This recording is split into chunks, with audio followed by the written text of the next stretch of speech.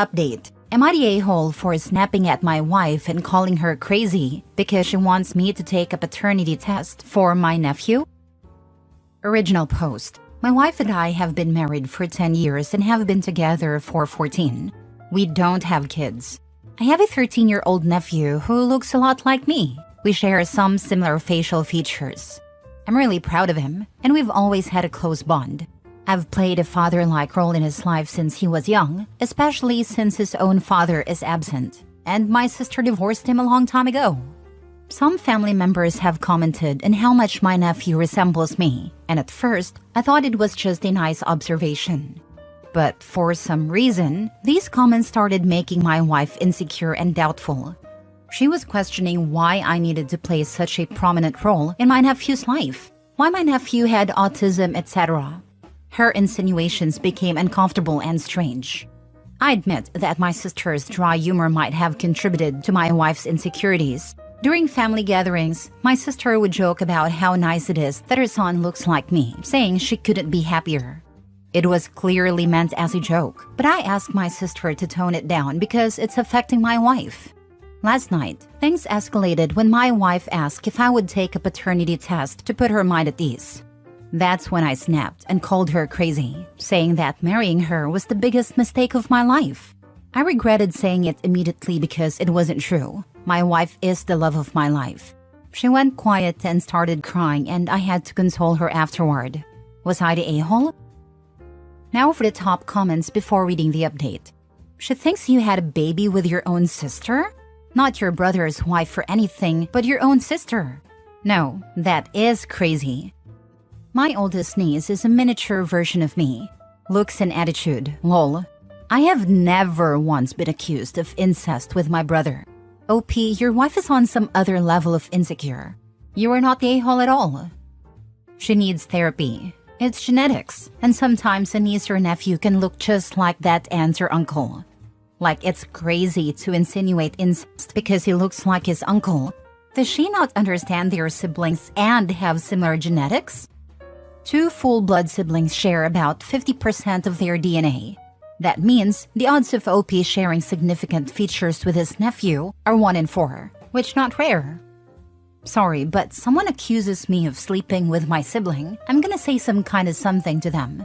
It won't be pretty. She doesn't get to cry and acts like she did nothing wrong. Not the a-hole. And love of your life or not, your wife thinks you slept with your sister. How do you come back from that? An accusation of ordinary cheating is bad enough for a marriage and can definitely justify some not-so-nice words. Throw incest into the mix and yeah, OP's wife is definitely in the wrong here.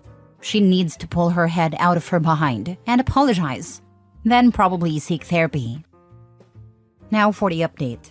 Hey everyone, just a quick update. I've agreed to take the paternity test, but there are some conditions attached. I realize my wife is being paranoid and irrational, but I'm willing to take the test to help ease her fears. Sometimes, fears don't follow any logic. I've had my own irrational worries before. I talked to my sister today, and she was understandably upset with my wife. But after discussing it at length, my sister agreed to the test, provided we set some conditions.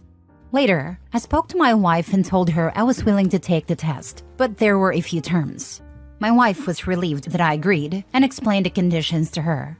The first was that she needed to stop making any insinuations or accusations immediately. She agreed right away. The second condition was that there would be no more arguments about me spending time with my sister and nephew. Over the years, we've had disagreements about why I spend so much time at their house.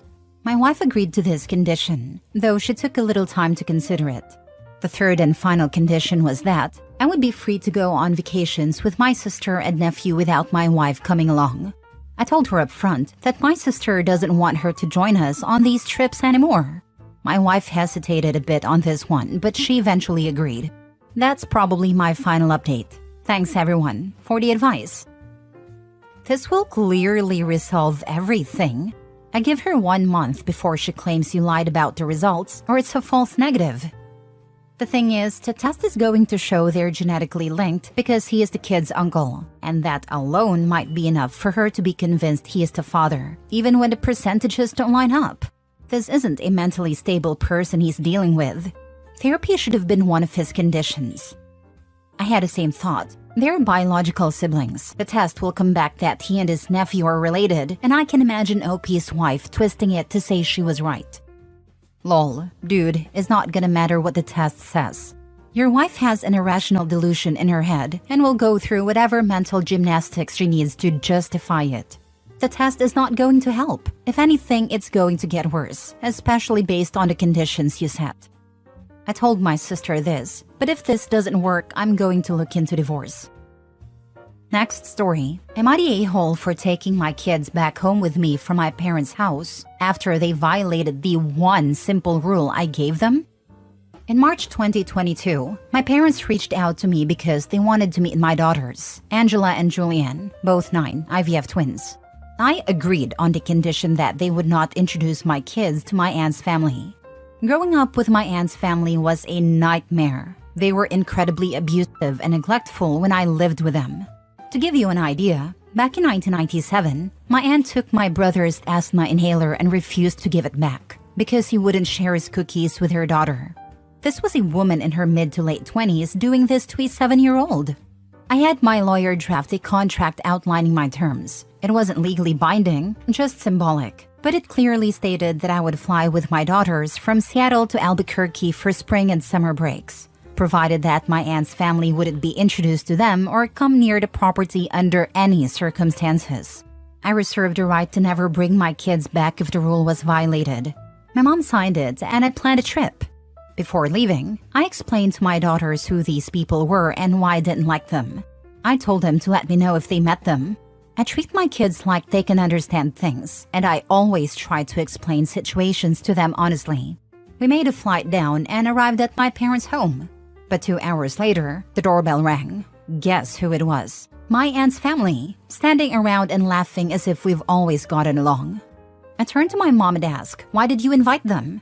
Mom, well, they're family. Me, they're your family. Angela and Julianne were going home. Since the girls hadn't unpacked yet, they grabbed their things and I collected my belongings to leave. My mom broke down, begging me not to go, saying things like, "Really? You actually meant it? And I can't believe you." Meanwhile, my aunt's family started making judgmental comments, calling me ungrateful and trying to guilt-trip me.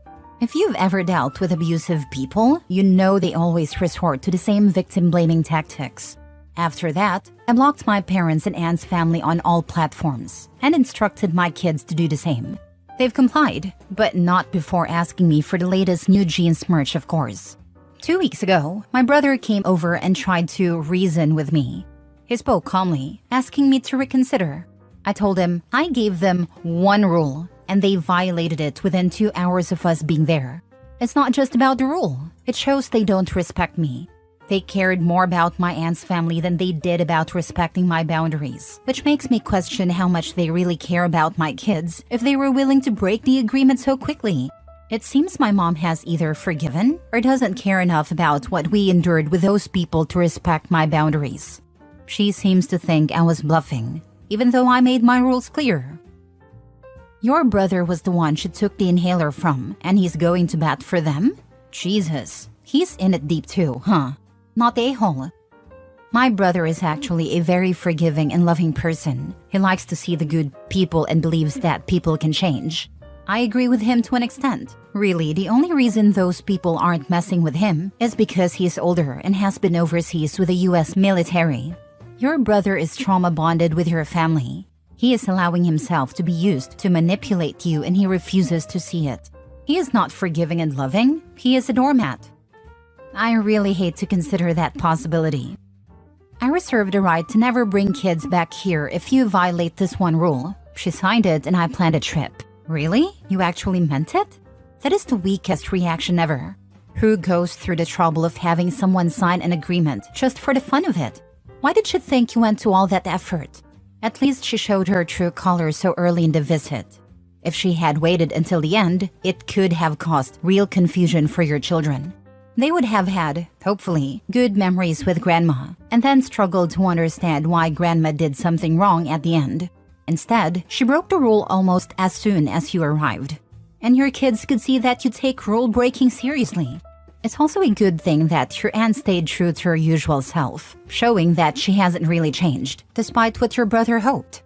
True change would have started with a sincere apology and a willingness to accept any terms given by the offended party. They just don't take me seriously. They think I'm still a kid in middle school who has childish complaints or something. Next story. Am I the a-hole for cutting off my parents after they pressured me to give up my autistic son for adoption? I, 32 female, am a single mom to my 7-year-old son who is on the autism spectrum. He's everything to me. I've been raising him mostly on my own since my divorce 3 years ago. My ex and I tried to make it work, but the stress of raising a special needs child took a toll, and he walked away. Now it's just me and my son. While it's not always easy, I wouldn't trade him for anything. But my parents don't see it the same way. Ever since my son's diagnosis, they've made comments implying that he is too much for me to handle. At first, it was more subtle, like you need a break or he must be exhausting. But recently, it's gotten worse. They've even suggested I should consider putting him up for adoption because they believe he is too much of a burden. The first time they said that, I was in shock and didn't know how to respond. I love my son with all my heart, and the idea that they see him as a problem that could be fixed through adoption made me sick. I tried to explain how hurtful their words were, but they wouldn't stop bringing it up. Every time we talked, they hinted that I was making things harder for myself by keeping him. They've said things like, "You're still young, you could have another chance at a normal life," as if my son isn't already my entire world. Things came to a head a couple of weeks ago when they actually sat me down and said they'd done research on homes for special needs kids, suggesting he could get better somewhere else. They've even said it would be better for everyone if I gave him up. I was absolutely furious. I told them they were cruel and heartless, and if they couldn't accept my son as part of our family, then they weren't part of our lives anymore. Since then, I've cut off all contact. My phone's been blowing up with messages from my parents and even other family members telling me I'm overreacting and that they were just trying to help. They're saying I'm being ungrateful and that I should think about how hard it is for them to see me struggling. Some relatives are even suggesting I should forgive them because they're my parents and only want what's best for me. But I can't get past what they said. My son isn't a burden, and he certainly isn't someone to give up just because life with him is more challenging. He's my child, my entire world. Now, I'm questioning myself. Am I being too harsh? Should I give them another chance because they're family? Or am I justified in cutting them off after what they said? Am I the a-hole? You are not the a-hole. Your parents' suggestion to give up your son is unacceptable. Your child's well-being is your priority and your right to defend him. Appreciate your support. I will always stand behind him. Always. As I stated in my first reply, I raised an ASD son and my daughter has 3 sons who are on various levels of the spectrum. I wouldn't trade any one of them for so-called normal boys. If your parents will not accept and love your son, you have no choice but to go no contact. Another Reddit case of time to cut off all these people and move somewhere else. Last story. Am I the a-hole for telling my brother's fiancée to grow up and stop trying to put her anger and trauma on me? My brother Matt, 30 male, is engaged to Evelyn, 32 female. Matt is our parents' biological son, and I'm 25 female, their adopted daughter. We also have another biological sister and 2 more adopted brothers. Our parents fostered many kids and adopted some of us. I've always known I was adopted, as I was removed from an unsafe environment and didn't have any safe biological relatives.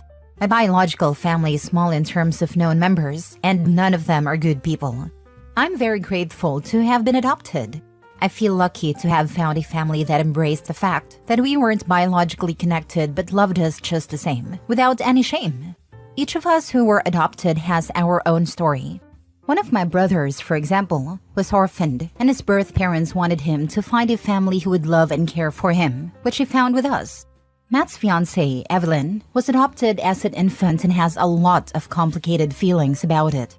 I understand why she feels this way, especially since her adoptive parents tried to erase her biological background, shamed her for being curious about it, and spoke negatively about her birth family.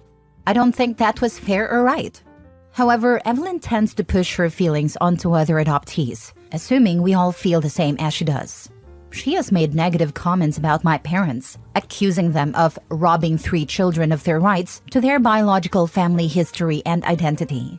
She even suggested that I was brainwashed by CPS into believing that I was removed for safety reasons and had no safe biological relatives. For the record, all my known birth relatives have been in and out of prison, and I have verified this. She told me that I'm just traumatized and too afraid to admit that I was denied my real family. I explained to her that I don't feel that way, but she insisted that all adopted kids feel the same, claiming that adoptees are treated as products in the US. I told Matt that I couldn't handle this anymore, and that I would need to see him and Evelyn less if they didn't stop. Despite this, she keeps seeking me out. On Saturday, while she was at my parents' home, she tried to bring it up again. I couldn't stand her talking about my parents that way in their own home, so I snapped. I told her to grow up and accept that people can have different experiences and perspectives, and that only children think everyone should feel the same. I also said that she needed to stop projecting her anger and trauma onto me, just because our experiences are different. Evelyn said I was being spiteful and throwing it in her face. Am I the a-hole? Not the a-hole. What does your brother do while she sits in your parents' home and talks smack about them? Do your parents know?